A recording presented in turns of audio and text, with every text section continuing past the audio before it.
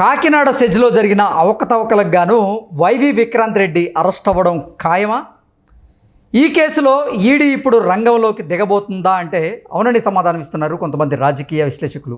ఈ నేపథ్యంలోనే ఇదే అంశం మీద మనం విశ్లేషణ చేసుకునేటువంటి ప్రయత్నం చేద్దాం.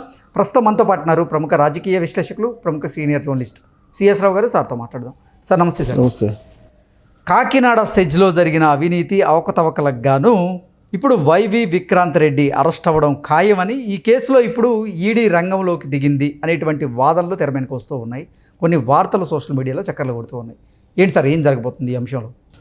ఇప్పుడు రాబోయేటువంటి రోజుల్లో కాకినాడ సెజ్ను బేస్ చేసుకొని ఏం జరగబోతుంది అనేది కనుక మనం విశ్లేషణ చేసుకుంటే, సీజ్ ద షిప్ అని చెప్పి పవన్ కళ్యాణ్ గారు ఎప్పుడైతే అన్నారో ఆ రోజు నుంచి రకరకాల పరిణామాలను చోటు చేసుకుంటుంది అక్కడ జరిగినటువంటి బియ్యం స్మగ్లింగ్.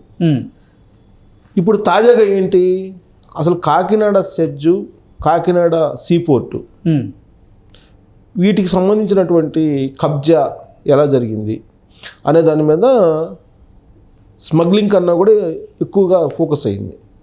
కారణం ఏంటంటే, ఆ రోజున ఉన్నట్టు కాకినాడ పోర్టు ఏదైతే ఉందో, సీ పోర్టు, అలాగే కాకినాడ సెజ్ ఏదైతే ఉందో, అవి ఇంతకుముందు కర్ణాటి వెంకటేశ్వరరావు అంటే అతను పేరు మీద 41% ఉంది అక్కడ ఆ వాటా కాకినాడ సెజ్లో, కాకినాడ సెజ్ కానీ కాకినాడ సీ పోర్ట్లో కానీ.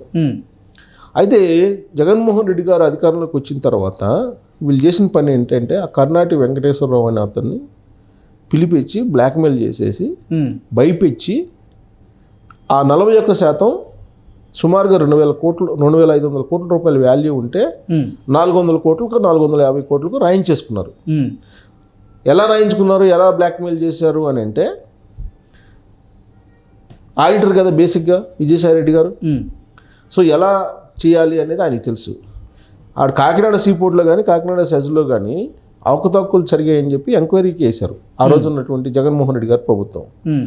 ఎంక్వైరీకి వేస్తే శరత్ అండ్ సంతానం అనేటువంటి ఒక ఆడిట్ కంపెనీకి చెన్నైలో ఇచ్చారు దీన్ని. ఇస్తే వాళ్ళు ఏం చేశారు, మీరు ఫైన్ అనేది దాదాపు 2,000 కోట్లు కట్టాలి అని చెప్పేసి వాళ్ళు లెక్క తేల్చారు. లెక్క తెలిసిన తర్వాత ఈ 2,000 కోట్లు మనం కట్టేదానికన్నా ఈ పోర్ట్ అమ్ముకోవడం మేలు కదా షేరు అనేటువంటి ఒపీనియన్కి తీసుకొచ్చారు దొంగ లెక్కలు వేయించి. లాస్ట్కి దొంగ లెక్కలు వేయించి బైపిచ్చేసి 400 కోట్లకి ఇచ్చేసి వెళ్ళిపో అని చెప్పారు. ఇదంతా డీల్ చేసింది ఎవరంటే విక్రాంత్ రెడ్డి అనేది కర్ణాటి వెంకటేశ్వరరావు ఇచ్చినటువంటి కంప్లైంట్. ఈ విక్రాంత్ రెడ్డి ఎవరి దగ్గరికి తీసుకెళ్లారు, జగన్మోహన్ రెడ్డి గారి దగ్గరికి తీసుకెళ్ళాడు. జగన్మోహన్ రెడ్డి గారు విక్రాంత్ చెప్పినట్టు చెయ్యి అని చెప్పాడు. దాంతో చేయకపోతే ఏమవుతుందో తెలియనటువంటి పరిస్థితులు, మొత్తం కుటుంబాన్ని కూడా లోపల వేపిస్తాము, జైల్లో పెట్టిస్తామని చెప్పి బెదిరించారు. దాంతో భయపడిపోయి నేను షేర్లు రాయించానని చెప్పి కర్ణాటక వెంకటేశ్వరరావు ఇచ్చినటువంటి కంప్లైంట్. సేమ్ జత్వానీ కేసులో ఏం జరిగింది, జత్వానీ కేసులోనేమో ఆ జిందాలకు సంబంధించినటువంటి వాళ్ళు ఎవరు ఉన్నారు వాళ్ళని తప్పించడానికి చేసినటువంటి కార్యక్రమం అది. దాంట్లో 3 IPSలు ఇరుక్కున్నారు, ఇప్పుడు సస్పెన్షన్లో ఉన్నారు, అది నడుస్తుంది. ఇక్కడేంటి, కంపెనీ వాటాలు రాయించుకునేదానికి ప్రమోటర్ని బ్లాక్మెయిల్ చేశారు. ప్రమోటర్ని బ్లాక్మెయిల్ చేసి ప్రమోటర్ వాటాలు రాయించుకున్నారు. ఇది దీంట్లో ఎవరు కర్త కర్మ క్రియ ఎవరంటే విక్రాంత్ రెడ్డి, విజయసాయి రెడ్డి, శరచంద్ర రెడ్డి, అరబిందో పేరు మీద రాయించుకున్నారు వీళ్ళు. అరబిందో కంపెనీ మీద రాయించుకున్నారు. అరబిందో కంపెనీ ఎవరిదంటే విజయసాయి రెడ్డి బంధువుది. సో కాబట్టి అరబిందో పేరు మీద రాయించుకున్నారు.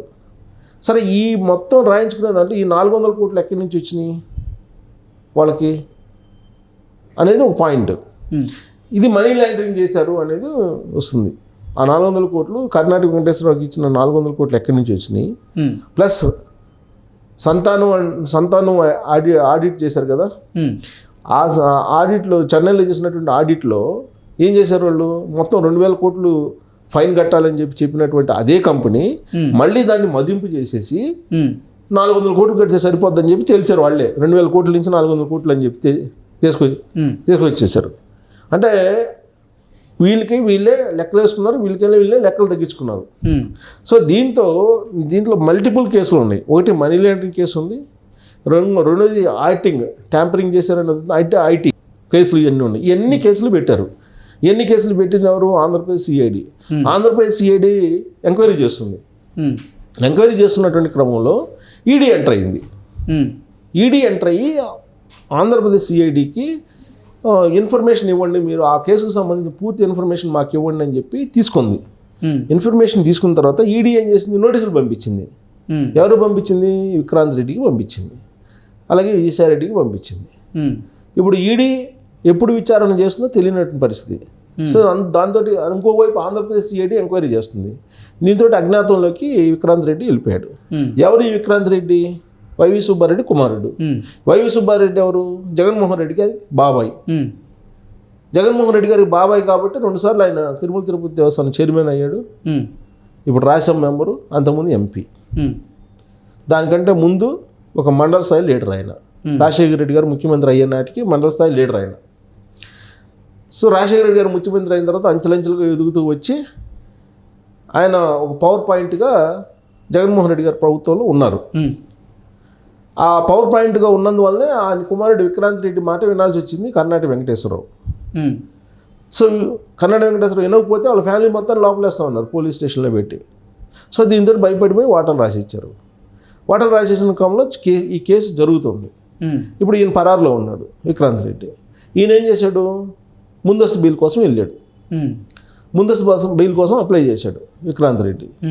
విక్రాంత్ రెడ్డి అప్లై చేస్తే ఆ బెయిల్లో నన్ను కూడా ఇంప్లీట్ చేయండి అని చెప్పేసి కర్ణాటక వెంకటేశ్వరరావు ఇంప్లీట్ పిటిషన్ వేశారు.